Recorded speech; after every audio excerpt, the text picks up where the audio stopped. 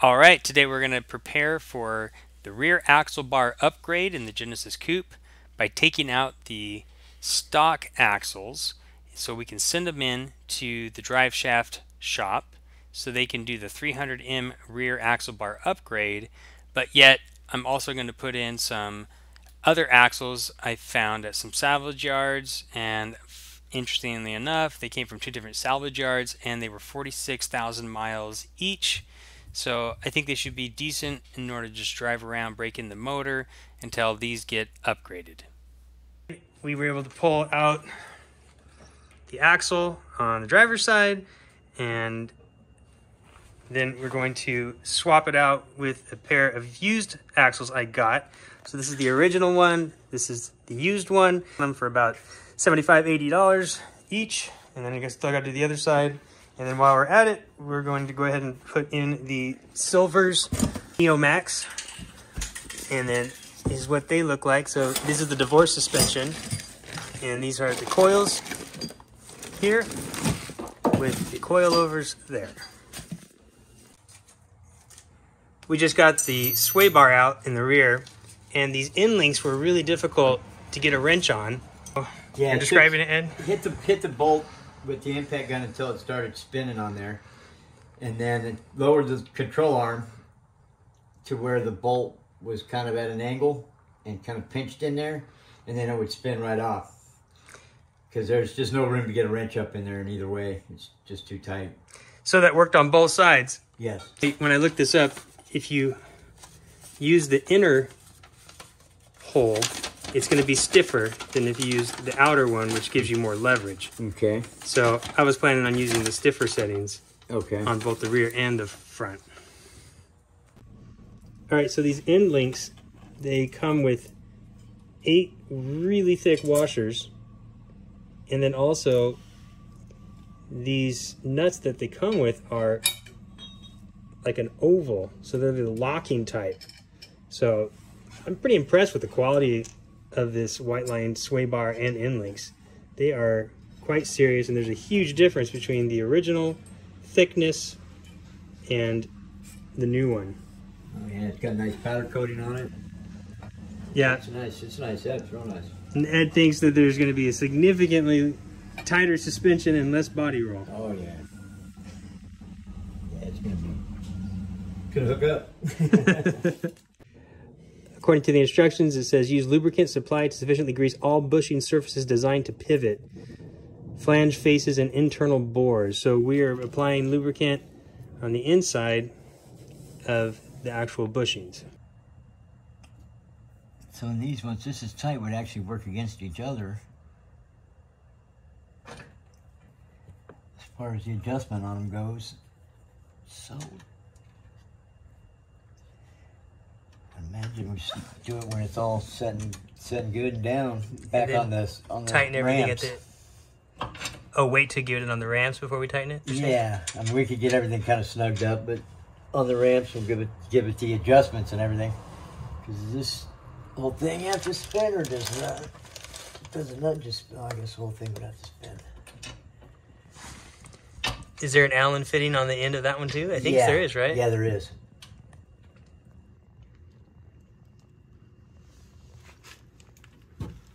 The sway bar, I mean, all works just by the links on the two, and it's right. So we need one more big nut. That one over there, if you can grab me that one.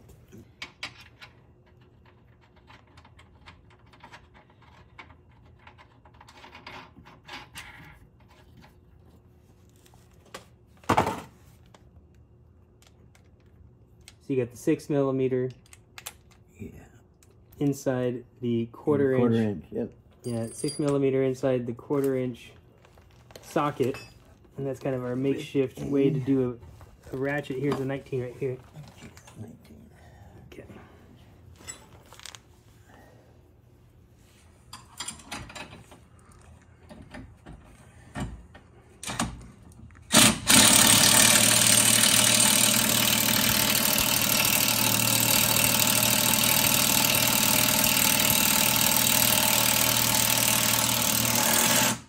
Definitely saves a lot of time on those oblong nuts.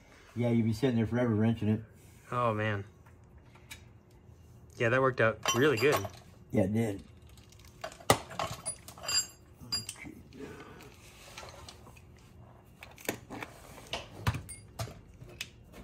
Center there.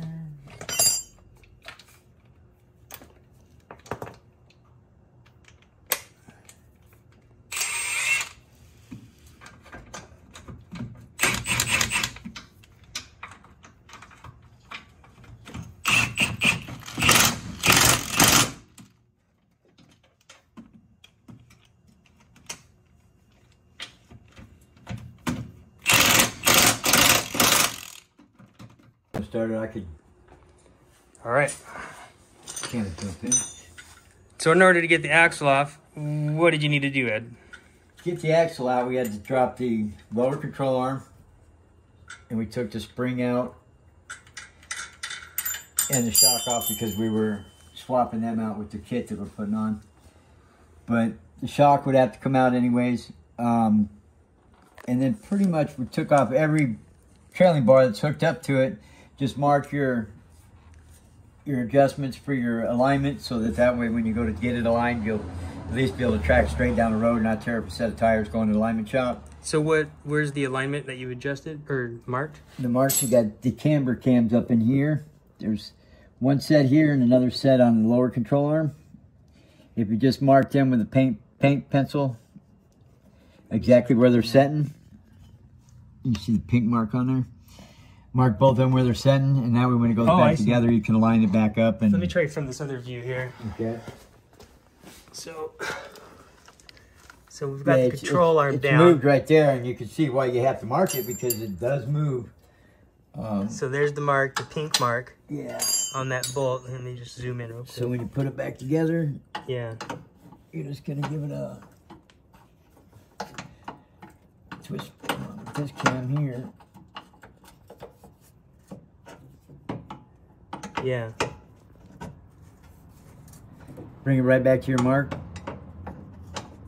Okay. And you want to explain how you got the control arm all the way down? You had to loosen up this bolt over we had here. to take the bolts out for the shock.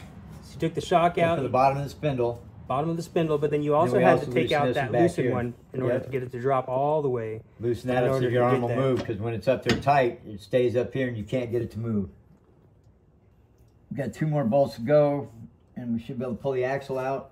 It's kind of like doing a front-wheel drive one where you just have to get everything out of the way you can to give it enough room to come out. Tap the axle out through the spindle, through the hub, and a lot of times just get some rust or some grease, some dirt up in there, and it's hard to get it through, but once you get it through, you got that. Should try and relieve a little bit of pressure on the brake lines.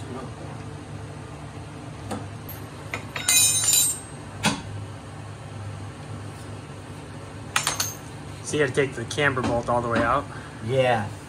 Yeah, pretty much every single one of them. Second, I'm going to have to pull this sway bar back out in order to do the differential brace kit. That's the next thing we're going to try to do. And last, definitely a challenging task. I would not try to swap out the axles on my own. And it's just way easier with 2 people. But we do have the axles ready to be repackaged and sent in to the driver shop.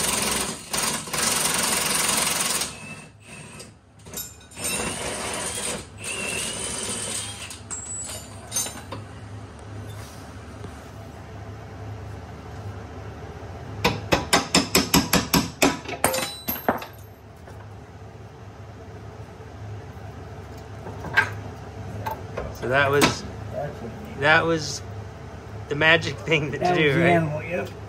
So what was that you just undid? Just another one of the controlling arms, but it was binding up every time I tried to get this to come down a little bit. But if I remember on the other side, I left the very bottom bolt in the motor control arm. And then that way you can pivot with it.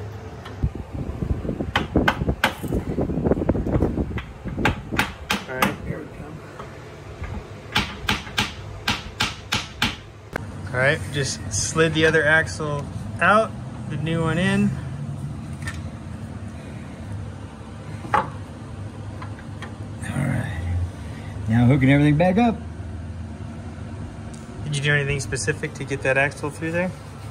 Through here? No, just just popped it through. Yeah. Just lined up the splines. Line the splines up and get it on through.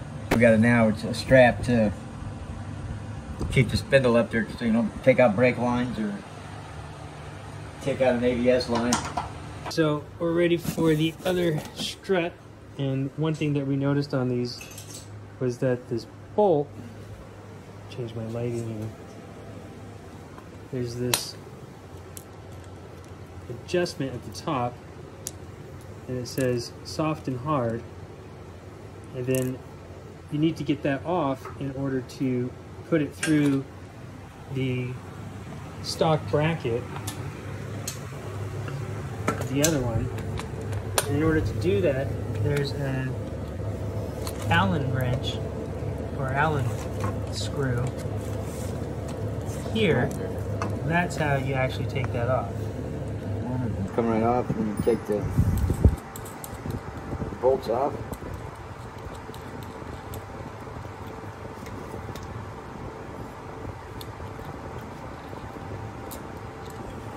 Down there. Here.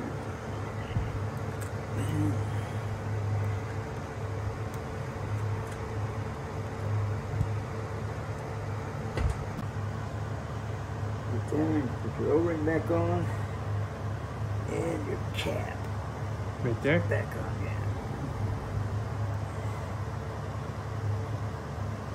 Should be able to see a mark on there where the Allen heads hit. It's lined up same spot. Tighten her up. All the way out when we went 10, right? Yeah.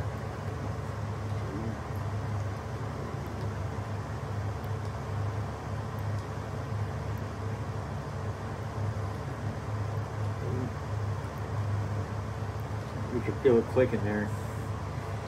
You know where that is?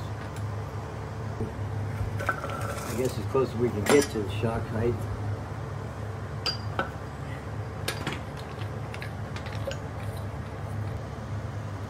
Give you a hole right there. And you don't want to bring it any farther above those holes, or that hole, because it then you could risk it coming apart.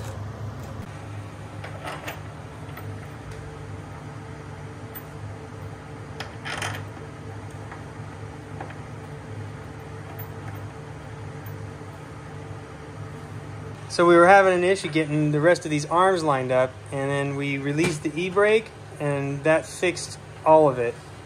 So if you have that issue, you might consider doing that. Put it back on this side because it comes in two pieces, and we just need to make sure that when we tighten this bolt down that the marks are lined up. And we'll do that when we go to snug them all up. Right now I'm just putting all the bolts in to make sure I've got them all and everything's in there, and then I'll go through and start zipping them up when I get the control arm up to a neutral position as if the wheel's on the ground, and tighten everything up at that point. On the top end first, you left the rubber insert in the bottom, the stock one. Right, and I left this loose so that we can put some more pressure on it, or so everything will go up, and then we'll just adjust it up there. Get it up to where there's just a little bit of pressure on it, because when it hits the ground, then it's going to come up, put more pressure on us. Ed needed my help to tighten everything back up at the end, but for the most part what we did was we lowered the vehicle onto the ramps, applied some pressure on each of the back tires, and then we were able to tighten everything up. Here's what it looks like when it's all said and done. New springs, new shock, sway bar, and sway bar end leaks. A couple things we did learn: that he thought there was going to be some oil that would come out of the differential when we pulled out the axles. That's why we had this oil pan here. We didn't even use it. Nothing came out. And second, I'm going to have to pull this sway bar back out in order to do the differential brace kit. That's the next thing we're going to try to do. And last, definitely a challenging task. I would not try to swap out the axles on my own. And it's just way easier with 2 people. But we do have the axles ready to be repackaged and sent in to the drive shaft shop.